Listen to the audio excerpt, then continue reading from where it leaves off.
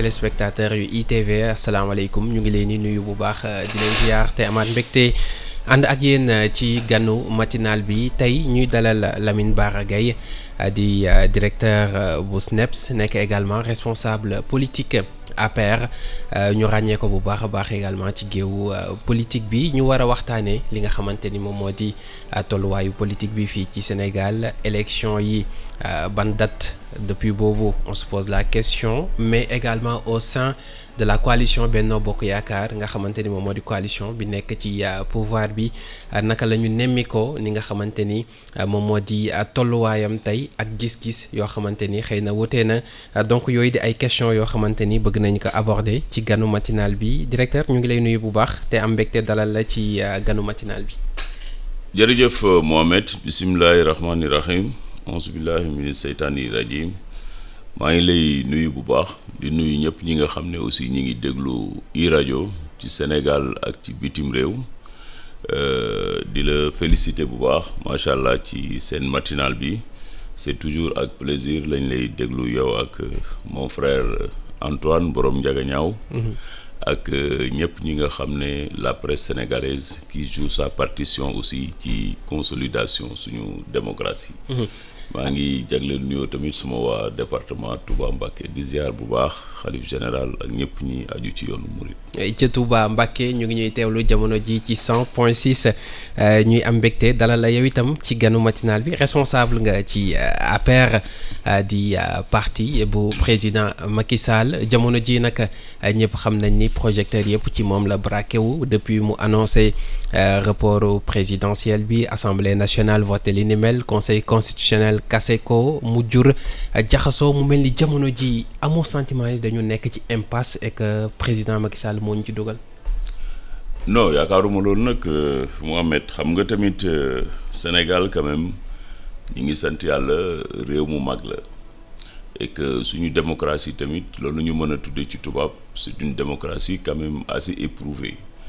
et yàgg na traversé tamit ay crise waaye saa su ne rek yàlla dimbale nañu avec l'engagement de nos hommes politiques mais surtout yeneen ressorts sociaux yi nga xam ne moom la ñu am ci réew mi muy religieux yi muy syndicalistes yi muy presse bi à chaque fois rek le Sénégal a pu quand même sortir de cette crise xam nga génération yu ndaw yi ñoom maanaam duñ ko fàttali ko waaye ñu nit ñi jàng histoire xam nañ ne en 62 amoon na une crise au Sénégal. Lamine Mamadou Dia Senghor. noonu la en 1988 tamit amoon na 1968 bi Abdou Diouf di génn tamit digganteem ak ñi nga xam ne loolu ñoom lañ tudde woon les barons du parti socialiste amoon na ay yëngu-yëngu mais fi ñu toll nii quand même xam nga en 2012 bi ñuy jub élection yi affaire bi metti woon na diggante Abdoulaye Wade deuxième tour troisième mandat ak le président Macky Sall mais saa su ne dem nañ ba nga xam ne toog nañ waxtaan dem ci élection ki gagné jàpp naa ne aussi tradition boobu Sénégal amoon ba léegi je reste encore confiant que danañu am quand même la possibilité de traverser cette crise qui, mais cette situation elle est quand même inédite hein? Non, on est d'accord que c'est une situation très sérieuse moo tax ma jàpp ne quand même ñi nga xam ne yàlla def na ñoo nekk au sommet de l'État particulièrement suñu président de la République Macky Sall et son gouvernement mais aussi tous les acteurs politiques am nañu quand même une claire conscience des enjeux te jàpp naa ne quand même danañ mën a trouver solution te boo gisee lépp li nga xam ne am na ba léegi nga xam ne aussi leneen li ñu war a rafetlu mooy quand même il y a un jeu des institutions muy exécutif bi ñu jëlee président jëlee initiative jël décret bi gis nañ l'Assemblée nationale joué na son rôle après le Conseil constitutionnel jël na décision et gis nañ tout dernièrement le président de la République a sorti encore un communiqué pour dire que moom lépp li conseil constitutionnel def dina ko jëfee loolu ça démb bi nga xam ne nee nañ Rose Wardini désisté na gis nañ aussitôt le soir le conseil constitutionnel a sorti un communiqué pour encore acter la liste encore la nouvelle liste des 19 candidats loolu moo lay waral ne ba fi ñu toll nii quand même les institutions ku ci nekk li nga war a jouer yaa ngi koy jouer te man jàpp naa ne quand même jusqu'au moment où nous parlons ak lii ñëwaat am nañu confiance quand même ci leadership bu président Macky Sall. mais yow yàgg nga ak moom yàgg nga liggéey ak moom depuis boobu yéen a ngi cheminer ensemble li nga xamante ni jot na ko fi liggéey et ñëpp amoon buñ ko doon xoolee est-ce que amoo sentiment ni un peu en voulant reporter l'élection sur fond de corruption boo xamante ni ñi àndandoo Karim Wade ñoo ko jiiñ ay juge constitutionnel président Macky Sall def na quand même foofu erreur wala. non jàpp naa ne quand même xam nga Sénégal tamit ñun ñi nga xam ne ak ñu ci bëri sénégalais lambda comme niñ ko mën a waxee nekkuñu au sommet de l'État amuñu peut-être information yi nga xam ne en tant que président de la République ak position bi mu occupé à la tête de l'État ak son expérience am na information yooyu yëpp te jàpp naa ne quand même président République li mu def ci réew mi ci fukki at ak ñaar yi jarul ñu ci dellu si ñëpp xam nañu ko ak fi mu yóbbu tey le niveau de notre démocratie à travers surtout la diplomatie au niveau international li ci Macky Sall liggéey ni mu porter le drapeau quand même de l'Afrique pendant son mandat en tant que président en exercice de l'Union africaine ak niveau boobu démocratie Sénégal ñu am ñaari alternance macha allah ba tey jii suñuy ancien président République dañuy ñëw Sénégal di dund normal loolu quand même réew yu bëri amuñu ko te tey tamit Mohamed ñu toll ci un contexte particulier au niveau mondial ak la crise ñu ngi génn ci Covid bi waaye gis nañu rôle boobu yëpp président Macky Sall joué au niveau international et ni ñu koy waxee tamit Sénégal du ay xarit rek la am à l'étranger. am na ñoo xam ne aussi jusqu'à présent quand même ce bastion démocratique du Sénégal ak le contexte pétrolier ak gazier maanaam am na ñoo xam ne bëgguñu ko Sénégal am jàmm loolu aussi c'est la vérité.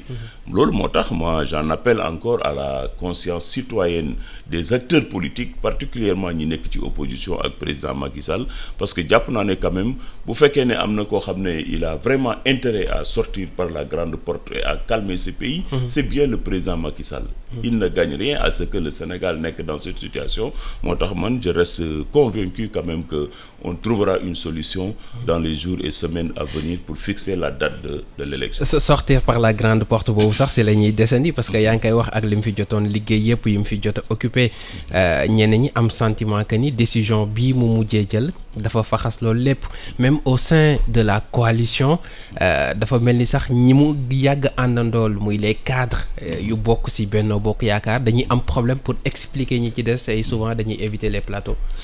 waaw gis naa ni moom léeg-léeg gaa ñi boo affaire bi xawee tàng mën naa am na ñoo xam ne dañuy waaf mais nag ñun aussi on est des acteurs politiques surtout particulièrement ñin ñi ànd ak le président Macky Sall parce que aussi au-delà de suñuy position institutionnelle au niveau étatique nous sommes aussi des acteurs politiques et dañu am la responsabilité de se prononcer sur la situation mais surtout également de ne pas laisser l'opinion peut-être chercher à lyncher notre candidat parce que le président Macky Sall aussi quand même li mu def ci réew mi quand même boo génnee fii nga voyager ñun ñëpp léeg-léeg mais on nous fait des témoignages sur le Sénégal et sur le président Macky Sall moi je suis dans un réseau de mes collègues directeurs de la santé en Afrique mais on voyage dans les pays mais à chaque fois c'est des manifestations de satisfaction dañ lay wax Sénégal vraiment Lamine Bara ñenn ñi sax dañ lay tooñ mais su fekkee Sénégal doyal nañ ci Macky Sall nañ ñu ko jox parce que quand même on le dit avec beaucoup de fierté loolu avant la woon quand même a porté le drapeau de l'Afrique et du Sénégal moo tax ma jàpp également et ñi nekk tey tamit la chance qu'on a ñi nekk tey dans l'opposition nekk ay candidats ñu ci bëri quand même dañu def l'État waaw et ñu ci bëri également c'est des produits de notre coalition et à un moment donné aussi dañu bénéficier de la confiance du président Macky Sall je ne dirais pas qu'il les a fabriqués mais ñu ci bëri quand même ils sont redevables à notre coalition et au président Macky Sall qui leur a conféré des responsabilités jusqu'au sommet le plus élevé de l'État ñooñu tamit jàpp naa ne quand même bu fekkee ne am na des gens qui doivent jouer sur le registre de l'apaisement pour que mbir mi dal pour que ñu mën a déggoo c'est bien ces responsables là ils ont du mérite nag parce que tey jàll nañ parrainage bi ils sont candidats à l'élection au scrutin mais c'est leur responsabilité eux aussi de travailler à l'apaisement et de trouver une solution non pas pour aider Macky Sall mais pour sauver et accompagner la démocratie sénégalaise loolu tamit ñoom dañ ci am obligation et ñu ci bëri ñu également même bu ñu nekkee opposition comme ni ma ko waxee ils ont fait l'État te xam nañ ne quand même le contexte politique de notre sous-région, regardez la situation ci pays yi ñu wër ñu ci bëri armée bi moo ko jël ñu ci bëri également am nañ ay jafe-jafe mais quand même loolu yëpp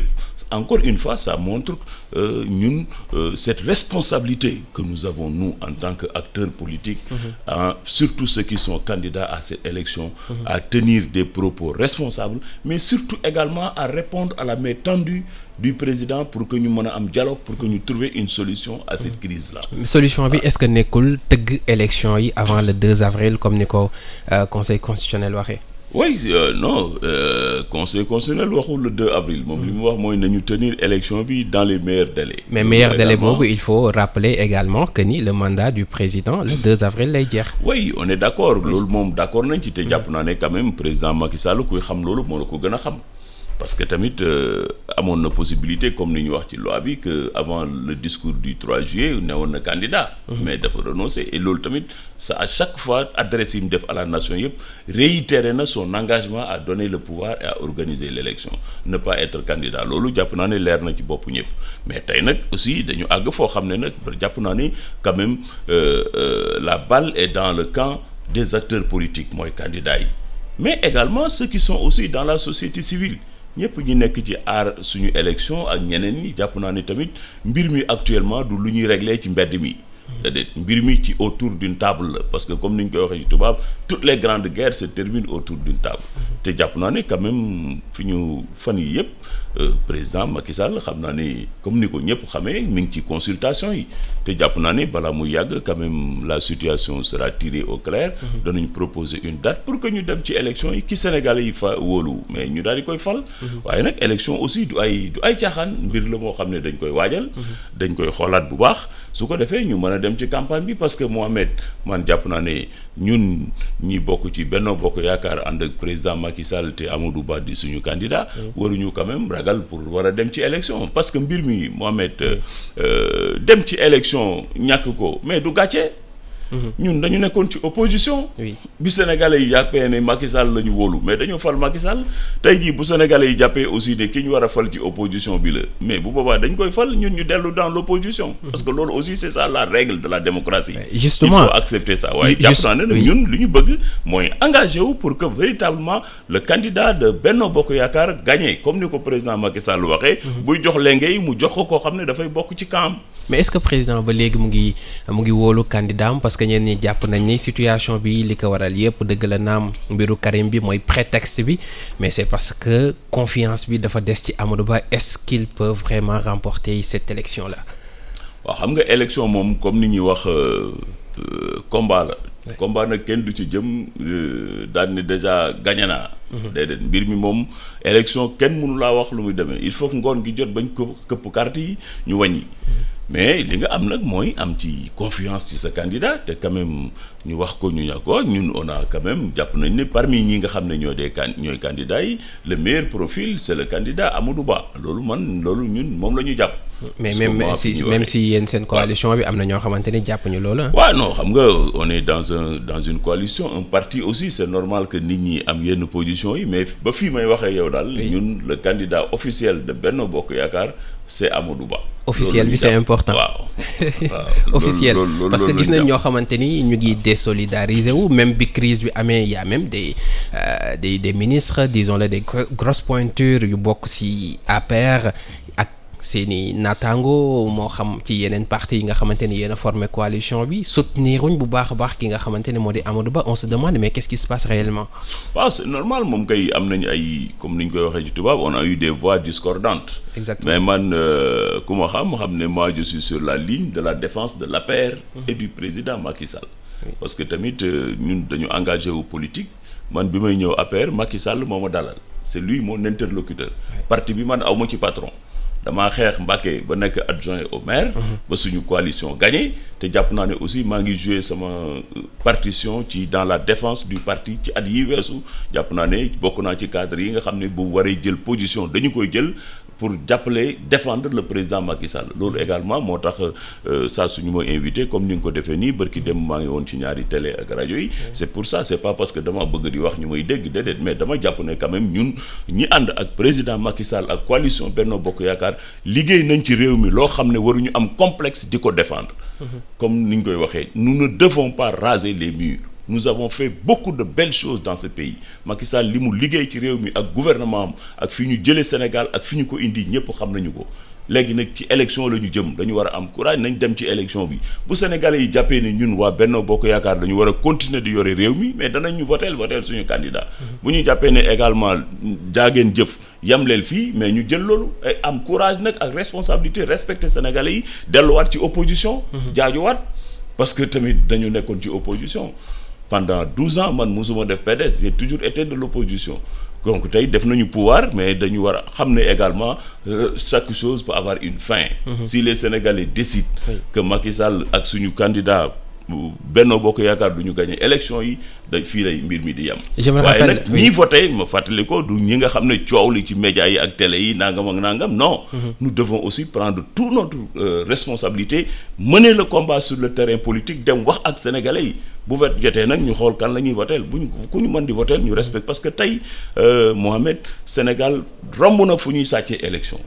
loolu mënul nekk moo tax may rafetlu bu baax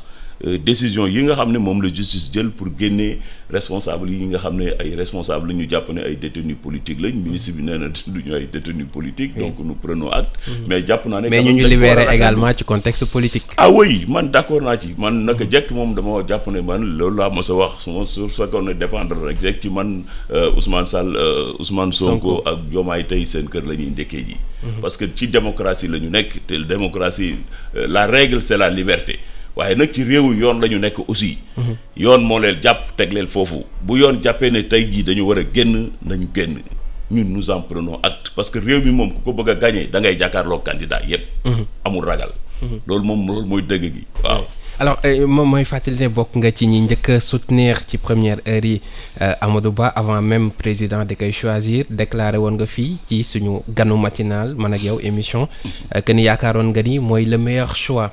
depuis boobu yaa ngi koy jëmmal mais ñu gis ni ñu bëri ci yéen ci seen alliés yi dañu xaw a réticent ci côté boobu noonu explication la ñu soxla est-ce que ni jëflante yi demeewul noonu ak Amadou Ba moom moo tax wala est-ce que ni contexte bi politique bi demee moom moo ko waral qu'est-ce qui peut bien l'expliquer. waaw jàpp na ne am na ñoo xam ne moom xam nga tamit ci suñu parti ak compagnonnage bi ak président Macky Sall daf ci bëri ñoo xam ne ñoom Macky Sall la ñu xamuñu keneen loolu aussi il faut ñu nangu leel ko nag waaw parce que am na ñoo xam ne mësuñu xam Amadou Ba man mii di wax ak yow mësuma am audience tête à tête avec Amadou Ba. J'ai respecté le choix parce que je suis dans un parti et dans un parti aussi avec une coalition quand on fait un choix il faut assumer ça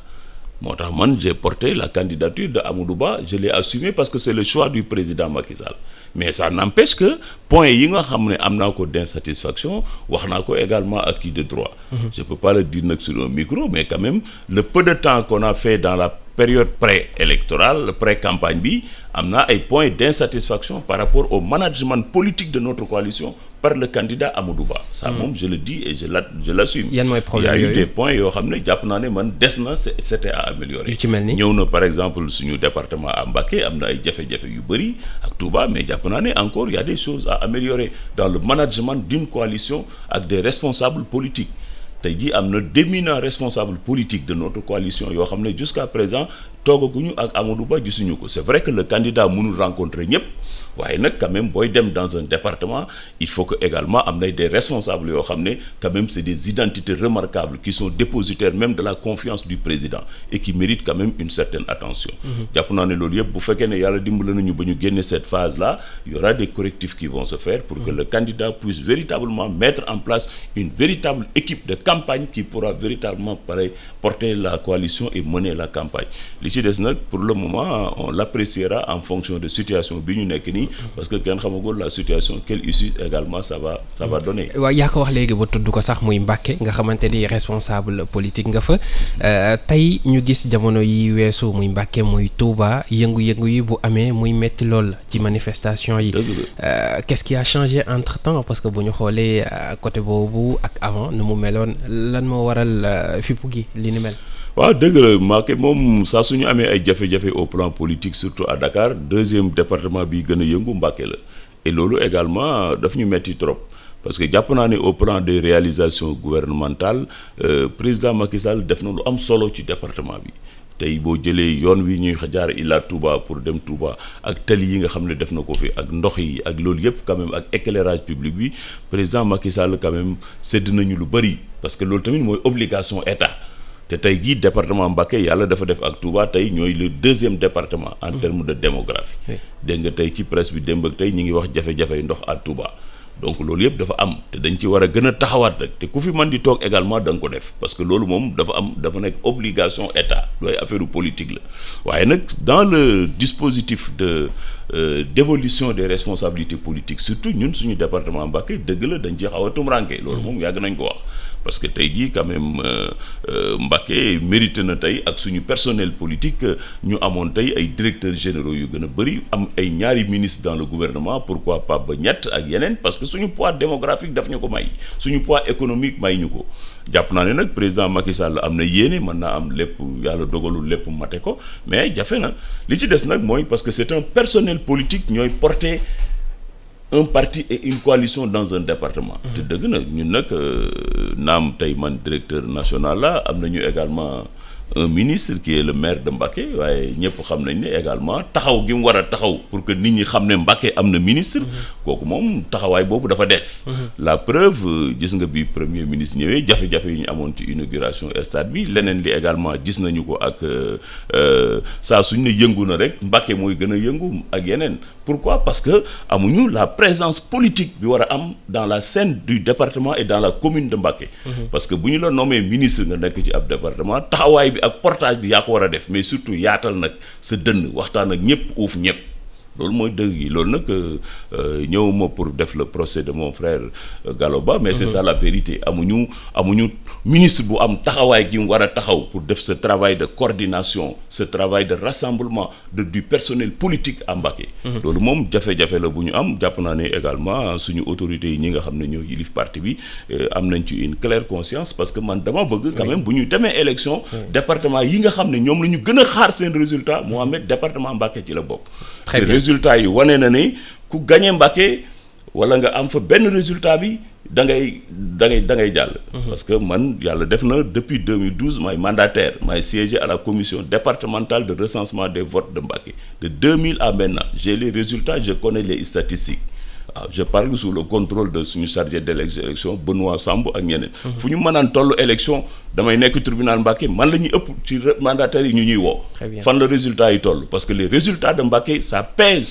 sur la balance électorale loolu moo tax ma jàpp ne suñu coalition il faut ñu gën a bàyyi xel le département de Mbacké gën ñoo accompagner ci fii nga xam ne xeex bi fi la ñu jëm parce que Mbacké moom boo ko pertee à un certain pourcentage forcément c'est le deuxième tour et ça peut être même la perte du pouvoir c'est ça aussi la vérité. Lamine Bara Gaye directeur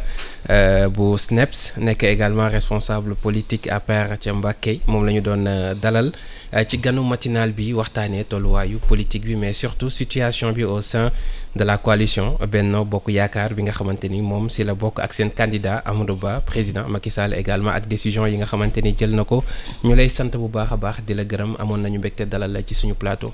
jërëjëf Mohamed maa ngi lay sant di la gërëm bu baax bu fekkee am na lu ñu wax loo xam ne mën naa am juumte la ñu ngi ciy jégalu mata dégg doomu aadama la rek mais dañuy réaffirmer suñu respect à tous les Sénégalais mais réaffirmer également suñu soutien total